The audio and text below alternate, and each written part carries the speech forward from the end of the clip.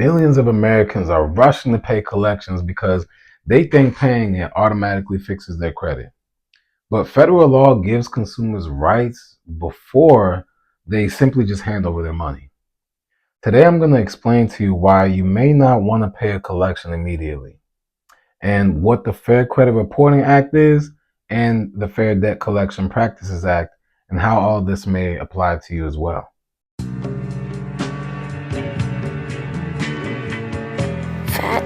Fat daddy, baby. A collection is a claim, y'all. A collection is a claim that you owe money. And if you believe that it's inaccurate, you have the right under federal law to dispute this account. And what most people don't understand is that the Fair Credit Reporting Act actually gives consumers the right to dispute information that they believe is inaccurate, or improperly reported, invalid, whatever the case may be.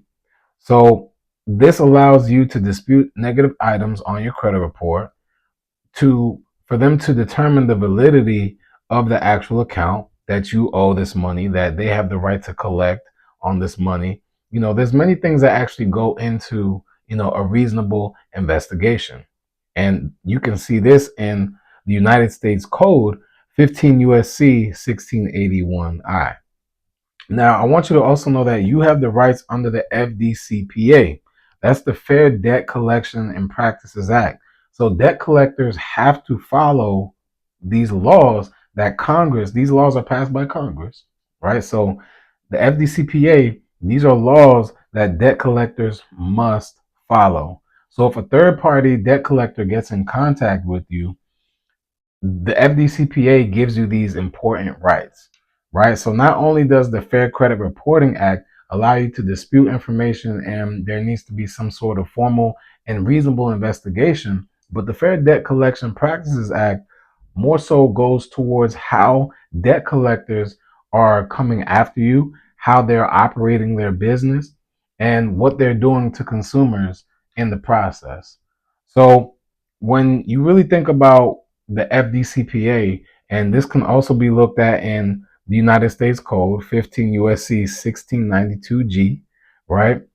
You want to understand that within this required validation notice period, if a consumer timely disputes the debt in writing, the debt collector generally must stop all collection practices, all collection activities until they actually validate the debt. So it requires verification for them to continue pursuing you for this debt if you dispute it within the proper time frame.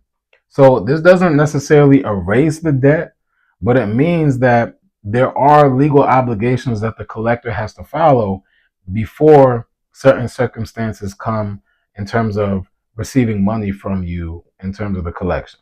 Okay. But a lot of people don't know that paying your collection does not automatically remove it from your credit report. And that surprises a lot of people. And it surprised me too. I mean, I thought that you just pay the collection and then it gets off your credit report. But that's one of the biggest myths online that is honestly hurting people's credit. And it's really wasting a lot of time for people, because one of the biggest things in life is that people can spend a lot of time doing the wrong things. And this can cost you one of the most valuable assets in life, which is time, right? We would rather want to be doing the right things for as long as we can, right? If you knew better, you would do better. And one of the biggest myths is that paying a collection automatically removes it from your credit report. And that's not how the law works. That's not how it works at all. Whether a paid collection remains on the report depends on different factors: the debt, the reporting rules, whether the furnisher actually continues reporting accurate information or inaccurate information. Paying it alone doesn't automatically require deletion from your credit report. Like, it's not law that if you pay it, that they have to remove it. Did you know that? So it's also not true that you have to wait 8 years for a collection to fall off your credit report, because a lot of times your debt can be sold and resold and stuff like that. And the way you're communicating, or the lack thereof, can also reinstate and reinitiate the statute of limitations.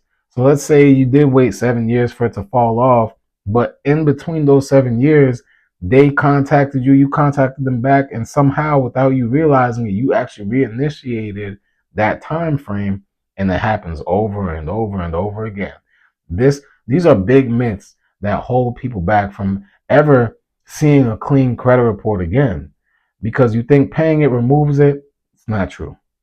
What you need to do in those cases is actually get a pay to delete, and that's how you can actually possibly get that removed. If you are deciding to pay it back, because a lot of times people pay it back and assume that it's just gonna fall off. No, you need a written agreement that if you do pay this debt, that they will remove it from your credit report. You need it in written agreement. Now, this is only if it gets to that point, in your situation. But I digress, and we'll talk about that in a moment. But the next thing you need to understand is that the FCRA, the Fair Credit Reporting Act, is about accuracy. So the FCRA isn't about making negative information disappear from your credit report. It's about making sure consumer reports are complete and accurate. So, and this is, by the way, another reference for you is 15 USC 1681. Once again, this is United States Code, laws that were put in place by the United States government to govern practices from institutions and corporations against consumers. Okay? So collectors must follow the law, y'all. This is the bottom line. They can't use false or misleading representations. They can't misrepresent the amount of, the debt that you owe. Okay? They must comply with the FDCPA requirements. And there's a slew of things that they actually have to provide. There's a list of things that they have to provide, in terms of a debt actually being properly validated. That's why if you dispute something and it's inaccurate, it's invalid, it's false, you know, so many, all those different things, if they can't validate it, they can't bring it to court. They can't sue you because they don't have the proper information to validate the debt. So if they brought it to a judge, it would be dismissed. Right? This is what we have to understand as consumers, and I hope this is what understand more about today as we're talking here, right? 15 USC 1692E. There's no false or misleading representations allowed from debt collection companies. So, should you pay your collection or not? The reality is sometimes paying a collection is the right financial decision. Sometimes negotiating a settlement and getting that pay for delete agreement, maybe sometimes that's the best decision. Sometimes disputing inaccurate information is the best decision. The best approach depends on your individual facts, your state laws, the age of your debt, your overall financial goals, what you really want to do with your credit. There's so many things that go into whether you should pay it, whether you should negotiate it, or whether you should dispute it. The reality is, most people think that the only solution is paying it. And that's just the furthest thing from the truth.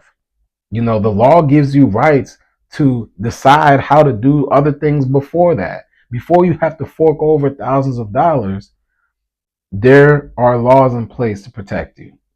And look, I know there's going to be people in the comments, oh, you scumbag, just pay your bills. People like you.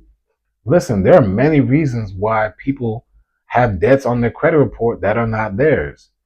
From exes using their information, family using your information without your consent, fraud, scammers, hackers, data breach, trafficking, um, parents using their children's information, and then when they turn 18 they look at their credit report and it's trashed. There's fraud. There's so many different ways that there's false reporting on people's credit report, and it's not always just that people don't want to pay their debts. If you're someone that's in a situation where you need help fixing and building your credit, you need help disputing these negative items, I want you to know that we can help you. My team and I have been helping people fix and build their credit since 2021. We've helped hundreds of people fix and build their credit. We've helped dispute and effectively remove negative items from people's credit report, and then we actually help you build your credit score, show you how to properly educate yourself when it comes to credit education, how to apply yourself properly, how to grow your score to a 700, 800 plus, and then we walk you through the funding process. If you need personal funding, business funding, credit cards, loans, whatever the case may be. We can walk you through that process. We have a team of relationship managers that work at different banks. We have a team of credit repair experts and specialists using our knowledge and resources and expertise for the last 5 years. And we've helped so many people, and I look forward to helping you as well. So if you need help, comment the word credit in the comments. I'll reach back out to you, or just go to the link in this description and tap in, y'all. Because one of the biggest keys to wealth is leverage. And one of the best ways to access leverage on this earth today, in the United States especially, is having a good credit score. Credit gives you access to new doors that will open for you that just aren't available when you have a bad credit score. Whether it be getting a new home, a new car, getting funding to grow your business or make those investments, whatever the case may be, having a good credit score is pertinent to having financial success, right? It's imperative for you to have a good credit score. So if you have any collections, charge-offs, negative items that are affecting your personal credit report, make sure you head to the link below.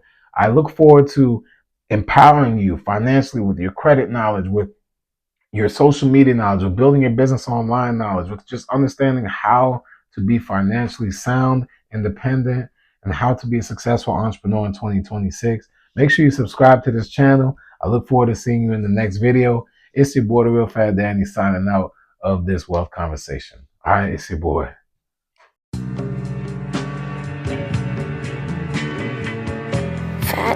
Fat Daddy, baby.